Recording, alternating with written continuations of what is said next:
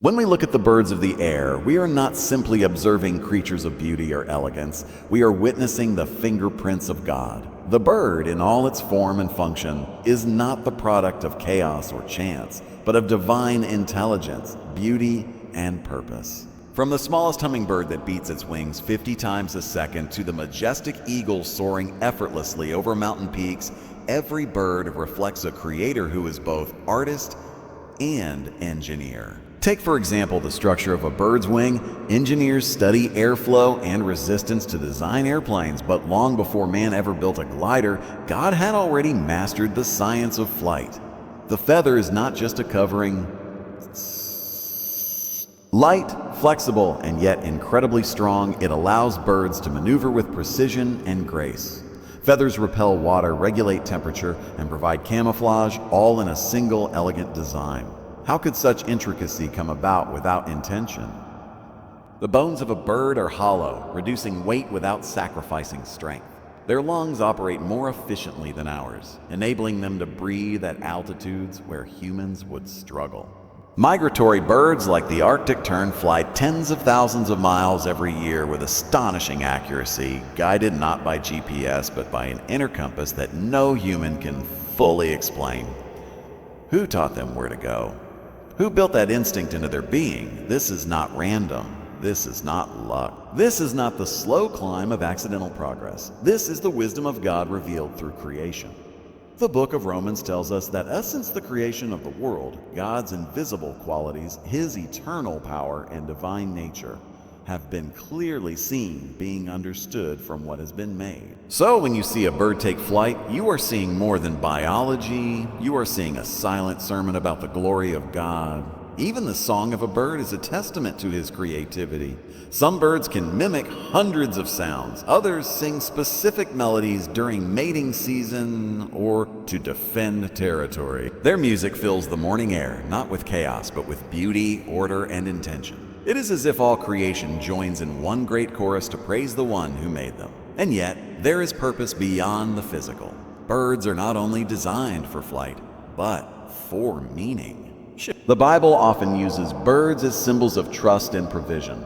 Jesus said in Matthew 6:26, "Look at the birds of the air. They do not sow or reap or store away in barns, and yet your heavenly Father feeds them. Are you not much more valuable than they?" This isn't just a lesson in biology. It's a lesson in faith. If God so carefully designed the bird, giving it all it needs to survive, flourish, and fulfill its purpose, how much more has he designed you? How much more has he built into your life a purpose, a plan, and a path? Birds may not worry about tomorrow, but we often do. Birds may not understand the future, but we try to control it. Yet the same God who gives them wings to fly and strength to journey across oceans is the same God who offers us his presence, his guidance, and his peace. So, as you watch the sparrow land on a branch or hear the lark sing in the distance, don't just admire the beauty, worship the designer. Because in every feather, every wing, every flight, God is saying, I am here, I am wise, I am good. And I made this not by accident, but by design. Throughout history, mankind has looked to the skies with wonder. From the earliest days, men watched birds glide effortlessly through the air and dreamed of doing the same. This dream would one day become reality in the form of the modern airplane, a marvel of engineering and innovation. Yet, as impressive as our aircraft may be, they are but shadows of the perfect design already revealed in nature. Man's invention of airplanes mirrors the pursuit of God's wisdom, but always falls short of his glory. The desire to fly is deeply rooted in the human heart. It is a symbol of freedom, of reaching beyond limitations, of seeing the world from a new perspective. But where did we learn to fly? Not from our own brilliance, but from observing the creation God had already perfected. The first flying machines were inspired by the form and motion of birds. Inventors and scientists like Leonardo da Vinci and the Wright brothers studied feathers, wingspans, and aerodynamics, trying to mimic what nature had already mastered. Even our most advanced jets, with engines that roar and wings that stretch for yards, require thousands of hours of testing, adjusting, and controlling. Yet the common swallow can navigate complex air currents and travel hundreds of miles using nothing but instinct and God-given ability. Airplanes require fuel, maintenance, and a pilot. But a bird is self-sustaining, powered by what God has placed within it. Every takeoff and landing in our machines is calculated, but the bird seems to know the air by feel. It is an incredible truth. Our greatest technological achievements still borrow from what God made on the first day of flight. But man, in his pride, often forgets the source. We marvel at the airplane and praise the engineers, but do we ever stop to recognize the one who first designed the sky itself? Do we give glory to the God who gave man the mind to imagine and the wisdom to build? Every blueprint, every flight path, every engine is possible only because God first gave order to the universe. Gravity, air pressure, lift, all of these laws existed long before we understood them. We didn't create flight. We discovered it. We unwrapped a gift that had been there all along. And yet, for all our progress, our planes are still bound by human limits. They fail, they fall, they break down, they require constant supervision. They can go only so far and no farther. A sudden storm can ground them. A mistaken calculation can lead to tragedy. This reminds us that while we may reach for the heavens, we are not God. That truth is humbling. Our inventions reflect our desire to create, to imitate the divine, to stretch towards something greater. And that's not a bad thing. It's a mark of the image of God within us. But we must not confuse our progress with his perfection. Every airplane is a testimony not to man's greatness, but to man's longing for knowledge, for freedom, for something beyond himself. And in that longing, there is a silent confession. We are searching for the Creator, even when we don't realize it. Yes, planes are powerful. They carry us across oceans and bring the world closer together. But they cannot carry us to peace. They cannot lift us above sin. They cannot take us to heaven. Only God can do that. So when we stand in awe of our technology, let us remember the greater awe of the one who inspired it all. Let us be grateful not just for human ingenuity, but for divine wisdom. Because every jet that soars is following a path first flown by birds, and every bird flies according to the will of its mate. Whether it is the quiet flapping of a sparrow's wing or the thunderous roar of a fighter jet breaking the sound barrier, each moment of flight speaks to something far deeper than physics. Every time a bird takes off or a plane lifts from the runway, it is a testimony, not just of science or engineering, but of the power of the Creator and the responsibility of mankind. Flight is not merely about movement through air. It is a reminder of the delicate balance between God's greatness and human accountability. When we observe a bird in flight, we see something beautiful, effortless, even poetic. But behind that beauty is power, raw, controlled, and purposeful. The eagle soars not for pleasure, but for survival. The hummingbird hovers with extraordinary strength relative to its size. These are not acts of random nature, but displays of divine provision and intent. Each movement, every turn in mid-air, shows that God has not only made the bird, but empowered it for its mission. There is strength in its wings, direction in its flight, and purpose in every beat of its heart. Likewise, every airplane that lifts off is a reflection of human responsibility to understand, to steward, and to respect the laws of nature that God has established. Pilots must train. Engineers must calculate. Air traffic controllers must be vigilant. Why?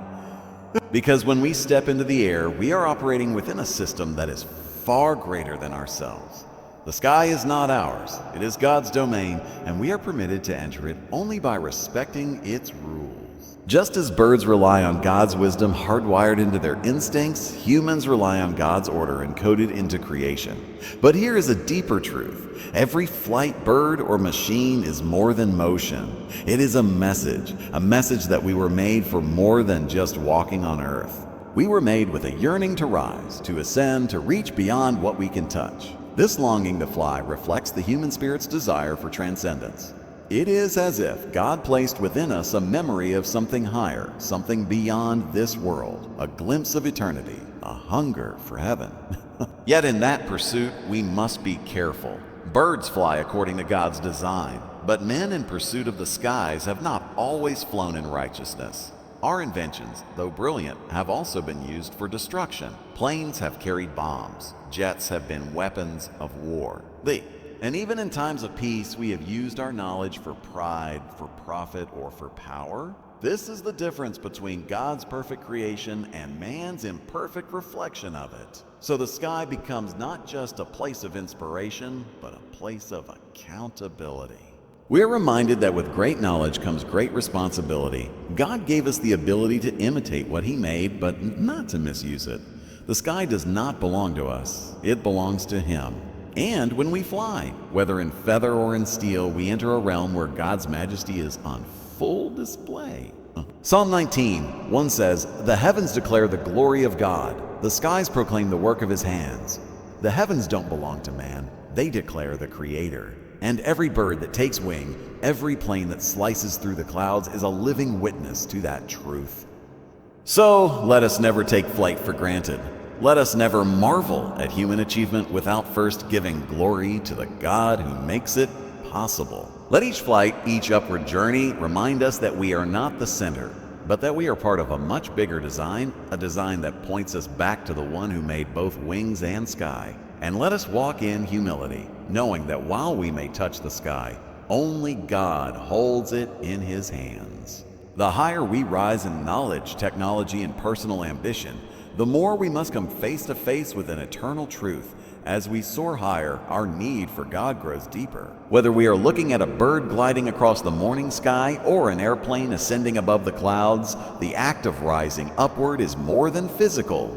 It is symbolic. It reminds us that while human progress can lift us into the skies, it can never elevate us beyond our spiritual need for the Creator. Modern man celebrates the heights he can reach. We boast of speed, distance, and innovation. Planes now circle the globe in hours. Spacecraft venture beyond our atmosphere. We see farther and fly faster than ever before. But with all our advancements, we have not found peace. We have not solved the restlessness of the human heart. We have conquered the skies, but not the soul. No amount of altitude can lift the burden of sin. No machine can fly us away from guilt, fear, or the finality of death. The truth is, the higher we go, the more fragile we become.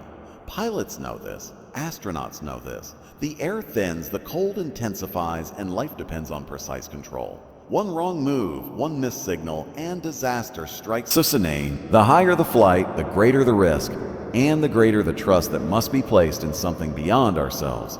In a spiritual sense, it's the same. As life takes us higher, into success, into leadership, into knowledge, our need for guidance, humility, and divine wisdom becomes more urgent. The scriptures speak of this clearly. Proverbs 3:5-6 says, "Ye trust in the Lord with all your heart and lean not on your own understanding. In all your ways acknowledge Him, and He will direct your paths." The higher we are, the more dangerous it is to rely on our own understanding. We must acknowledge God, not only on the ground, but especially in the heights of life where pride is a silent enemy. Birds don't fly in pride. They fly in faith, moving with the winds God created, living by instincts He placed within them. They rise not by their own power, but by the strength given to them. It's no different for us. God did not design man to live independently of Him, no matter how high he climbs. The airplane may lift the body, but only God can lift the soul. We must remember that there is a limit to how far our own wings can take us. There is a ceiling to what human hands can build, but there is no limit to God's power. Isaiah 40:31 tells us, "But those who hope in the Lord will renew their strength. They will soar on wings like eagles. They will run and not grow weary. They will walk and not be faint." This is not the flight of machines or of muscles. It is the flight of the Spirit, lifted by grace. You see, true elevation doesn't come from height, it comes from humility. It is when we bow before God that He lifts us. It is when we confess our weakness that He shows His strength. In a world where everything is reaching upward, may we be the ones who look upward in surrender. The skies remind us of possibility, but they also point to the heavens, to the dwelling place of God. Every ascent should cause us to reflect. Am I just rising in the world, or am I being drawn closer to God? Am I flying high but drifting spiritually? Hagir, let every flight be a reminder that we are not self-sufficient, that no matter how high we go, we still need the God who formed the skies, who made the wind, who knows the stars by name, and who calls each of us into relationship with Him. Oh, relation. Because true flight, the kind that lasts forever, begins not with engines or feathers, but with a heart that knows it was made for God.